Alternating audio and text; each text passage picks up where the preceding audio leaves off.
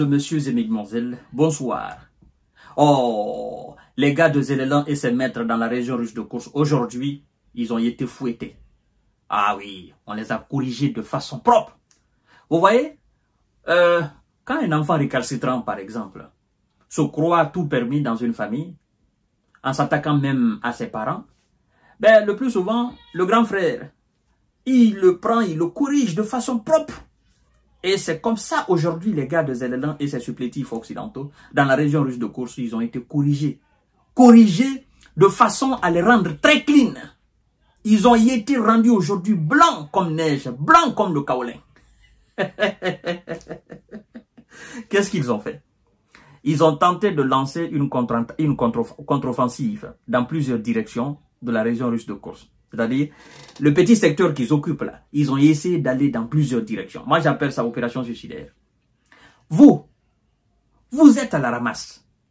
Et puis, c'est vous qui voulez lancer des contre-offensives. Mais ça, c'est des opérations suicidaires, mesdames et messieurs.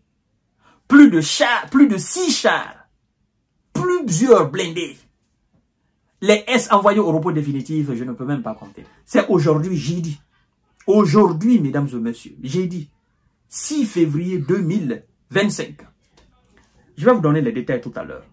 Mais avant tout, continuez à vous abonner à notre chaîne YouTube KanteJ Visionnaire le vrai. Activez la cloche notification pour ne plus rater nos émissions et partagez la vidéo dans tous les groupes possibles. Continuez aussi à vous abonner à notre page Facebook, le géopolitologue, mesdames et messieurs. Oui, il faut que nous élargissons quand même les tuyaux d'information, mesdames et messieurs. Donc, nous avons plusieurs plateformes d'information et nous vous demandons, n'est-ce pas, de les rendre vraiment très émergents et très développés. Parce que c'est à vous on s'adresse. C'est à vous on donne ces informations-là. Alors, quand Zelensky dit que la Russie doit être battue sur son territoire, je me dis, qui va le faire? Comme disait Éric Zemmour. Vous avez lancé un mandat d'arrêt contre Vladimir Poutine. Maintenant, qui va l'arrêter? Qui va l'arrêter? Soyons sérieux. Hein? Toi, tu dis que la Russie doit être battue sur son territoire. Maintenant, qui va le faire? C'est la question. C'est pas les États-Unis qui peuvent le faire. Hein? C'est pas la Chine qui peut le faire. Non, je ne parle même pas des nations européennes. Bon, nous autres, de toutes les façons, nous sommes un continent qui ne fait pas la guerre. Hein? L'Afrique n'est pas un continent. L'Afrique, l'Amérique du Sud, nous ne sommes pas des continents qui font la guerre parce que nous n'avons pas les moyens pour faire la guerre. Donc, pour battre la Russie sur le terrain, il faut présenter à la Russie 10 fois plus que ce qu'elle a en termes de capacité militaire. Et il faut avoir un complexe militaro-industriel d'une capacité 10 fois plus supérieure à ce que la Russie a. Et il faut être capable de suivre derrière. Parce qu'il ne s'agit pas d'avoir ce complexe militaro-industriel. Il faut être capable de suivre. C'est-à-dire, cette chaîne-là doit suivre jusqu'à ce que la Russie soit battue sur son territoire.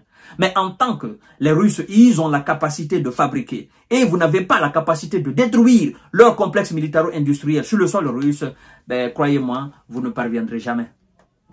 C'est ça. Donc, voyez, ce qu'ils ont essayé de tenter aujourd'hui, de faire dans la région russe de Kursk, l'armée de Kiev, et ses supplétifs occidentaux, perd 6 chars lors d'une contre-attaque avortée dans la région russe de Kursk.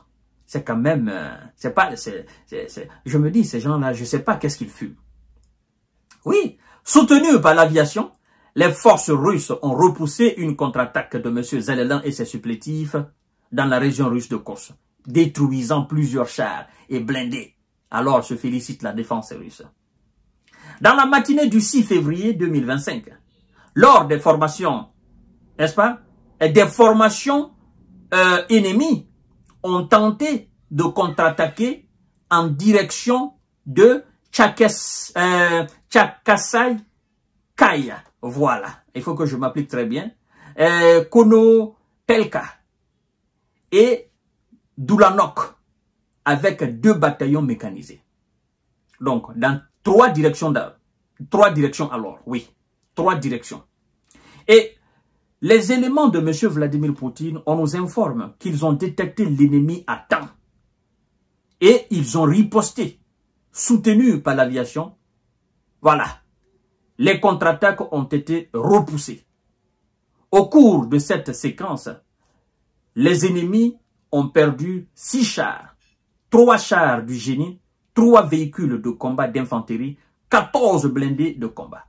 Donc, les éléments de M. Vladimir Poutine ont attaqué 16 brigades de M. Zelelan et ses supplétifs. Ils les ont anéantis dans près de 27 localités.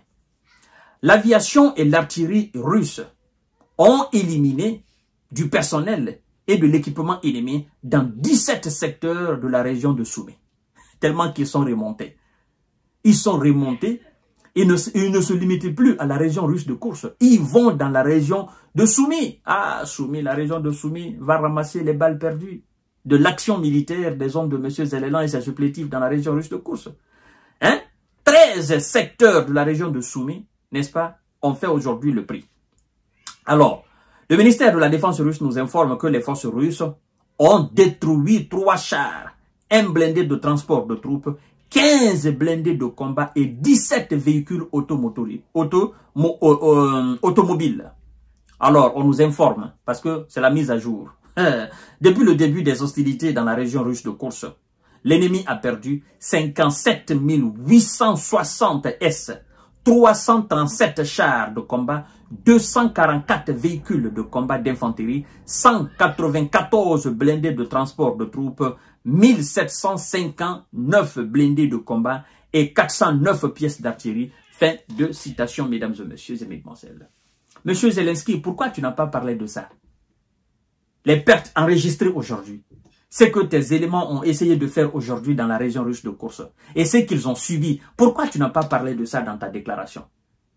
Parce que tu remettais aujourd'hui des prix, non? Des récompenses à ces quelques soldats rescapés de la région russe de Koursk. Mais pourquoi tu n'as pas fait état de ce que tes hommes ont essayé de faire et ce qu'ils ont subi? C'est quand même malhonnête. Hein? Ça a été fait délibérément. Non. On va... Parce que si ça avait été une opération réussie, ah, croyez-moi, M. Zelensky allait parler de ça. Mais puisque ça a été une opération, c'est-à-dire ça a été un échec cuisant. Cuisant, mesdames et messieurs.